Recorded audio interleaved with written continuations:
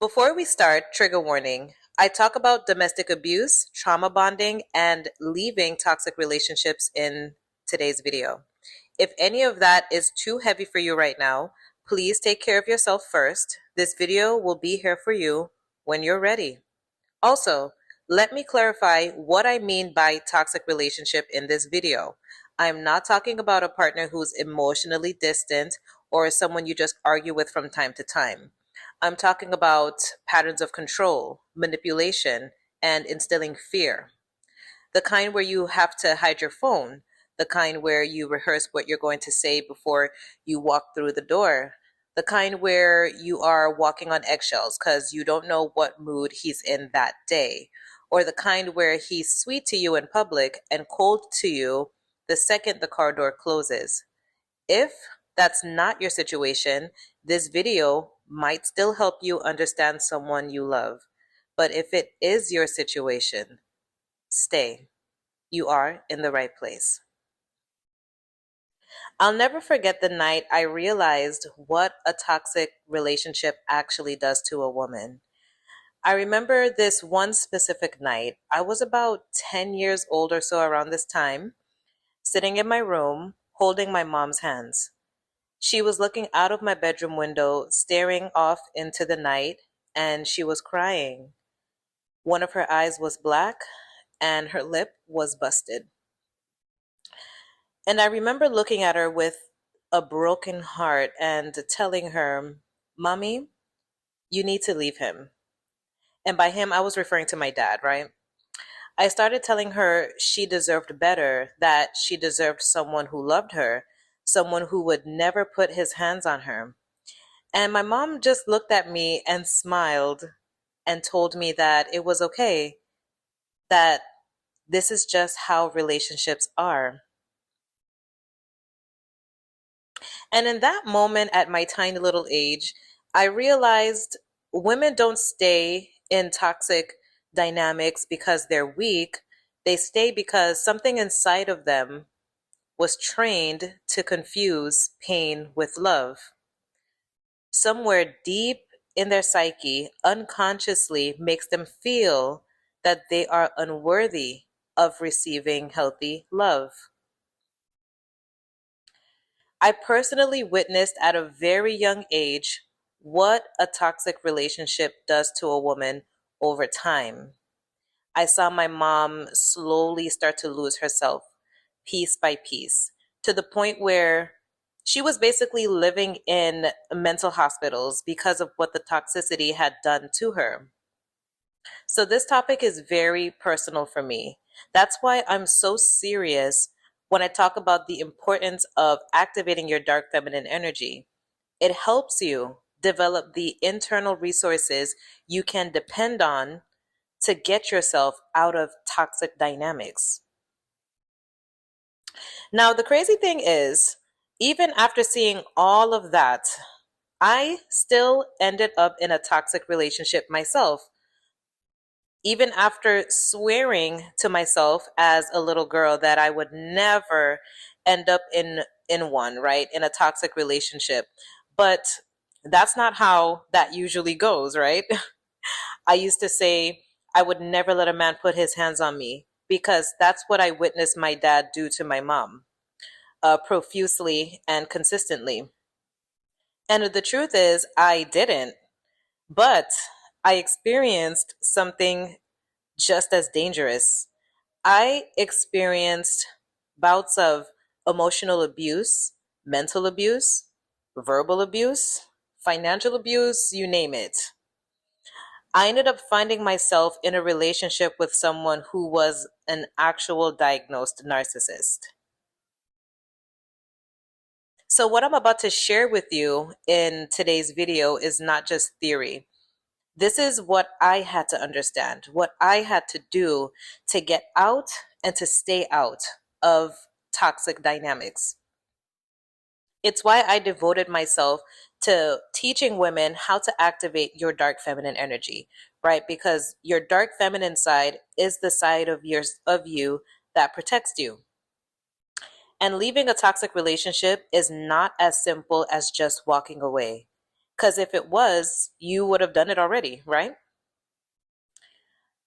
I need you to understand that when a woman is stuck in a toxic relationship, it's never just for one reason. There are psychological, emotional, spiritual, even physiological reasons that make it feel almost impossible to leave. And if you don't understand that, you keep trying to solve this complex problem like it's a simple one when it's actually very layered. That's why so many women don't leave, or they leave and end up going right back. This is what a stronghold is. So in this video, I'm going to break down the main drivers behind this, especially the psychological and more so the physiological aspects. In later videos, I'll discuss more of the spiritual side of things because that is also very real. That's where the topic of soul ties is more proper to talk about. But in this video, we're going to keep the focus on those two. So you can finally understand what's actually happening to you. Now, when it comes to leaving a toxic relationship, leaving does not start the day you walk away. It actually starts while you're still in the relationship, meaning you need to start mentally preparing yourself to leave while you are in it. And this is how you are going to do that. Now, first things first, when you're in a toxic relationship, you more than likely are trauma bonded with that person. And a trauma bond is when your brain gets addicted to the cycle of abuse and affection. The worse the bad moments, the more relief you feel during the good ones. And that relief feels like love. But be not mistaken, it is not love. It's chemistry that's forming an attachment. In a trauma bonded relationship, the highs are so high and very addicting, and the lows are also very low. And when you're in that space of the low, all you want is the high again, even if the high is comes very sparingly. But you're so addicted to what it feels like when you guys are on good terms, you're enduring, and you're waiting and waiting just to get that little hit of the high again. Even if 9 out of 10 times is bad, that 10th time makes you feel like it's worth it. So your nervous system becomes very hooked on that unpredictability because in your brain, being in a trauma bonded relationship, the same part of your brain that that's responsible for dopamine, which I believe it's called like your dopamine receptors, those same parts are going off, right? When you're in that high low dynamic. And it literally feels like an addiction to drugs. So your body gets addicted to that emotional roller coaster. Now, what makes this addiction so hard to break and tricky, it's the good moments that mess with your head and keep you stuck, right? The hope becomes the trap. So now you're stuck in a cycle of hope and disappointment. And here's another layer I want you to process. When you're in a toxic relationship, you are not just in a relationship with him. You are in a relationship with the version of you that chose him.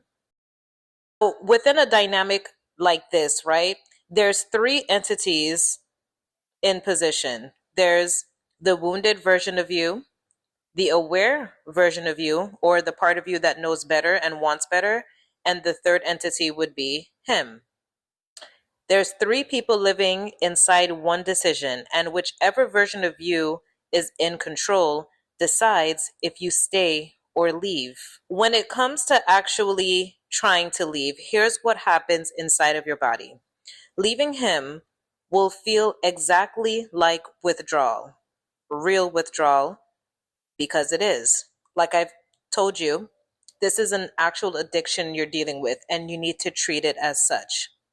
When you leave, you are going to desperately want to text him, get in contact with him some way, somehow, very badly. You are going to be very anxious. You're going to miss him like crazy. At nights is when it's at its worst, right? You can find yourself in the corner of your bed in a fetal position, crying, and feels like your soul is ready to leave your body, because that's what withdrawal feels like. It's not pretty and it hurts.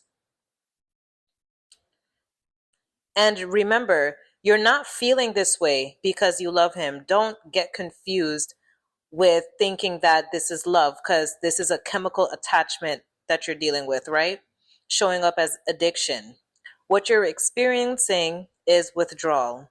So the rule is, do not trust the urge, trust the plan. You mentally leave first, and then you physically leave.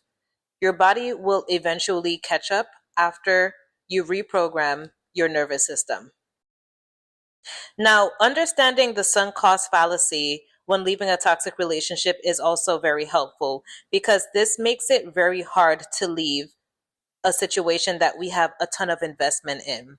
And because you don't just stay, right, because of how you feel. You stay because of everything you've already given in that relationship, the years, all of the tears, all of the chances that you gave him, your own dignity. Walking away from that investment feels like admitting it was all for nothing. That's also a trap. We as humans are naturally territorial, and we feel territorial over things that we feel we've made a great investment in.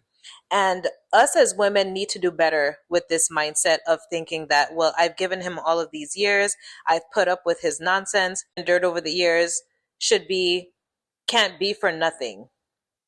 And you don't want another woman to benefit from the little advancement he's made being with you, even though he has not made that great of an advancement. But in your mind, you're thinking you don't want someone else to benefit.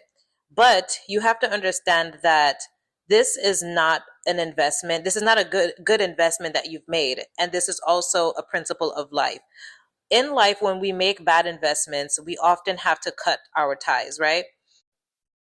He is not an asset. He is a liability to you. He is a liability to the woman that you could be if you weren't with him. If he's not adding to your life, he should not have a position in your life. He needs to be removed from that position and let that position be filled by a king, someone who's more evolved in his manhood and can handle a relationship much better.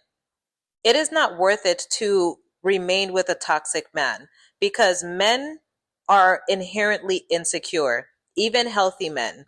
Every man that you come across has an insecurity problem.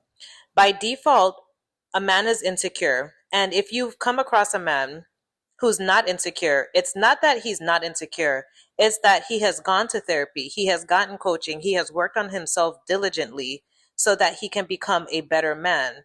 That way, when those thoughts and feelings of insecurity comes up, he has the emotional intelligence to deal with it and not put that burden or project that burden onto you.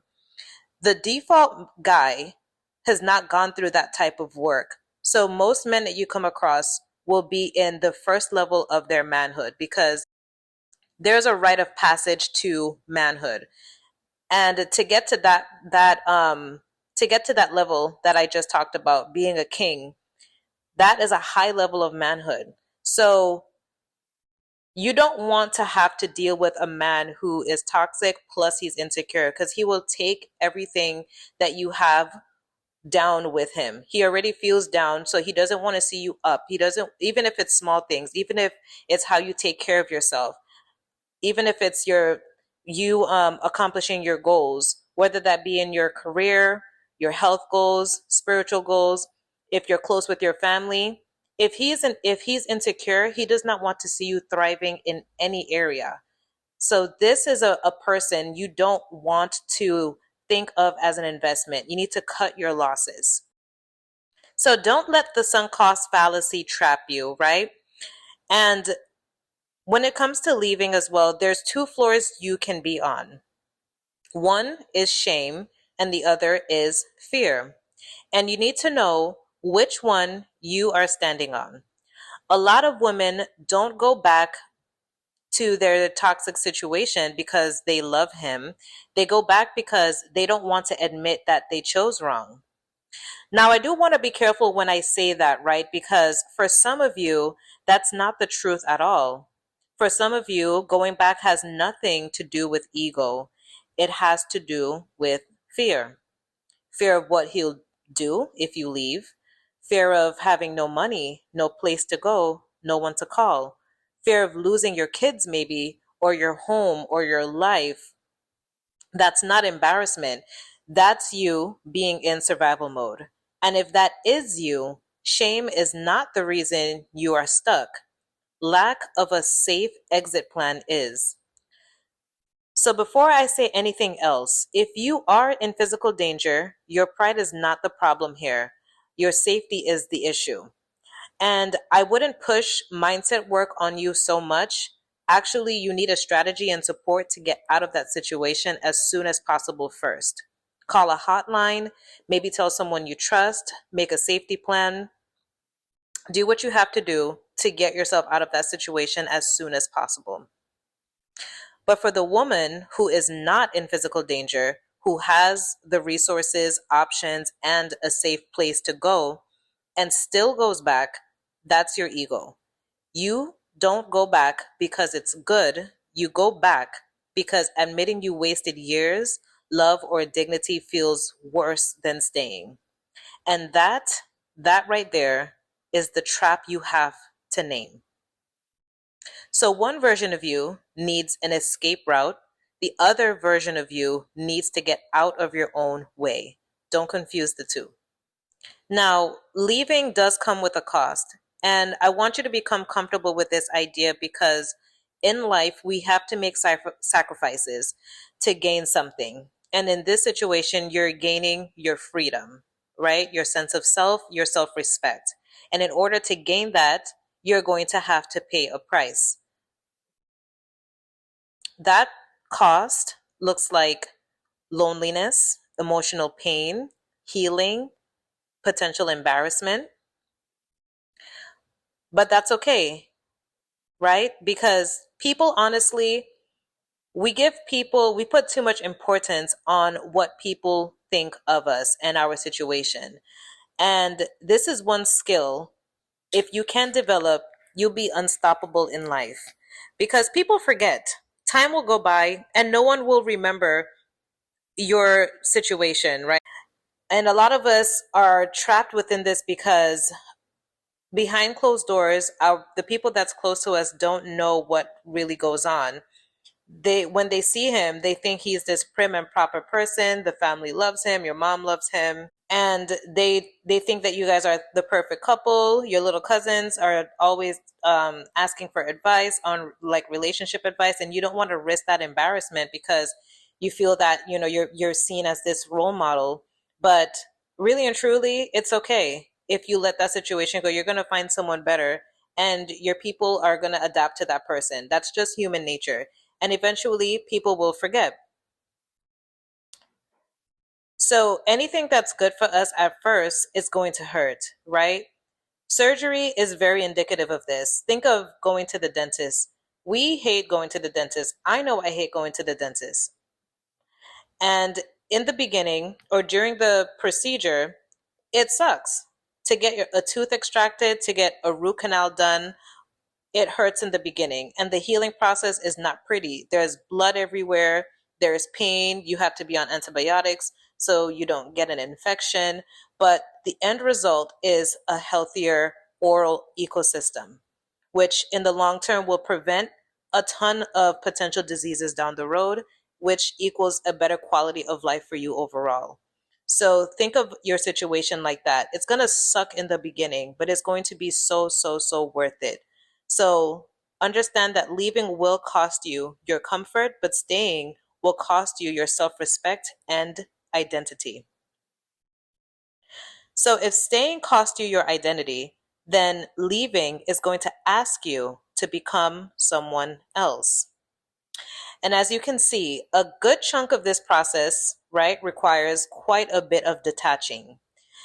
Detachment isn't just letting go of him, it's letting go of the version of you that tolerated him too.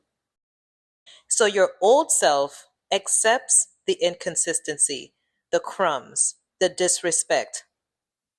Your new self doesn't even feel attracted to that.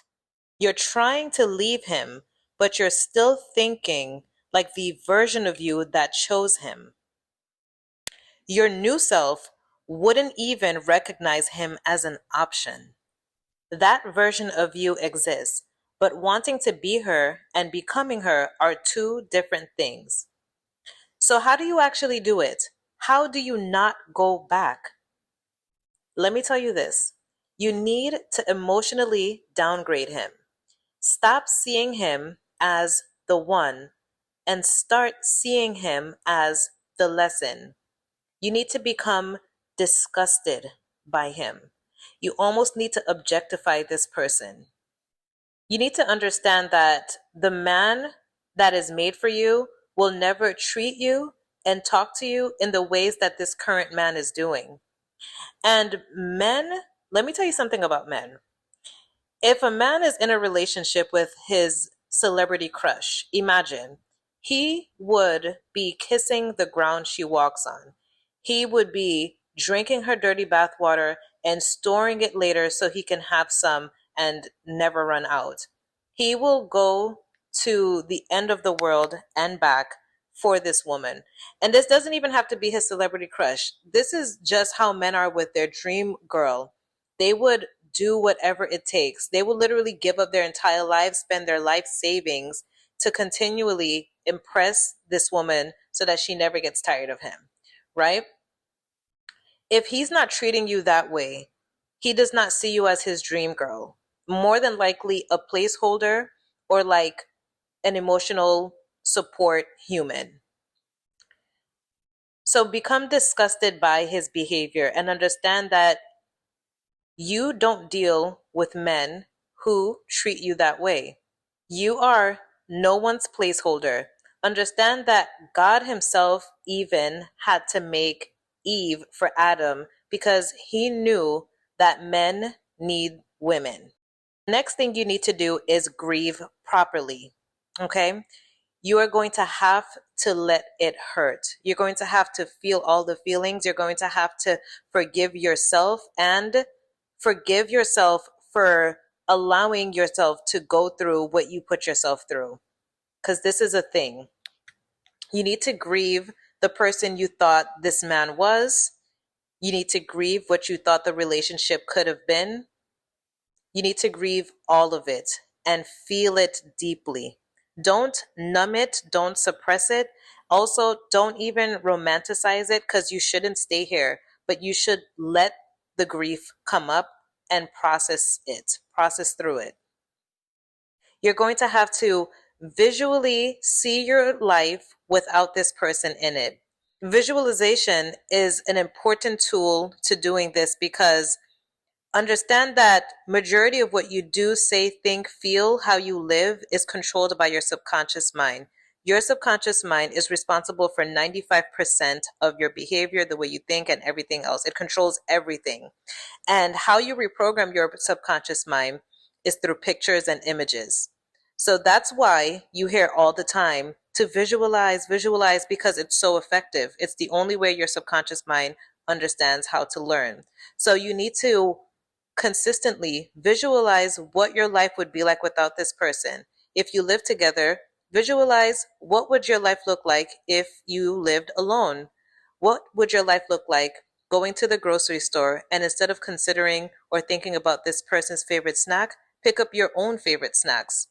Think about what shows you want to watch, not watching shows together.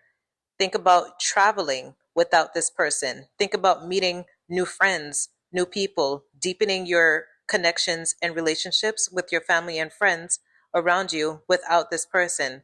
Think about what it would be like going to the family barbecue or visiting your loved ones without this person. You need to start visualizing your life without this person. This is going to trick your mind into thinking that this person is no longer with you, even though they are still there. But that mental rehearsal, mental training is what's going to prep you and make it easy when you're actually ready to walk out and leave, because it's going to feel like you've done it already. You need to prepare for your exit. And this is more of like the logistical things, right? Financial mainly. Like if you're living together, you need to go ahead and start finding a separate place so you can separate your lives. If you are close with his family, you need to start separating yourself from his family too. I know that this is part of the price you have to pay when leaving a toxic relationship, okay? If you're close with the mom, I've been there too. Being close with the sisters, being close with the mom, you have to distance yourself, because the distance is what's going to help you separate yourself from that person. Remember, there's also a soul tie here. So you need to cut anything that reminds you of that person or could potentially bring up memories of this person. You're trying to eradicate this person from your mind and your being, right? On a cellular level. And to do that, you need to separate yourself from the family, even mutual friends. Or if you can't separate yourself from the mutual friends just yet, you can place boundaries. You could put boundaries in place, I mean. So, not bringing this person up when you guys are hanging out and things like that. Gifts that this person has given to you, you also need to get rid of it or give it away. That's just the name of the game. If there's places that you guys frequent together and they may potentially be there, don't go to those places. If you guys work in the same place, you're going to need to find another job or see if you can move locations. That's the price you have to pay. You have to put as much distance as possible between yourself and this person. Do not check their social media accounts. That's going to just keep re traumatizing you, and you're not going to be able to reprogram your subconscious mind and your nervous system to separate yourself from this person effectively. So you can't ask about them with mutuals. Don't reach out to the family members or nothing like that. Now, one more thing. Some of you are going to go back, not because you're weak, but because the attachment is real. It's very real. And like I said, this is a stronghold. And you have to tackle this from multiple dimensions. Now, if that happens, you did not fail, okay? You just need a better plan. Don't punish yourself, but also don't disappear. I want you to come back to this video time and time again if you need to and start again. The door out stays open as many times as you need it. You don't leave a toxic relationship when you feel strong. You leave when you decide your future matters more than your attachment. Your feelings will lie to you. Your decisions will save you. That's all I have for you today, okay? Now I want you to go ahead and take one small step toward the version of you who's already free. Until next time.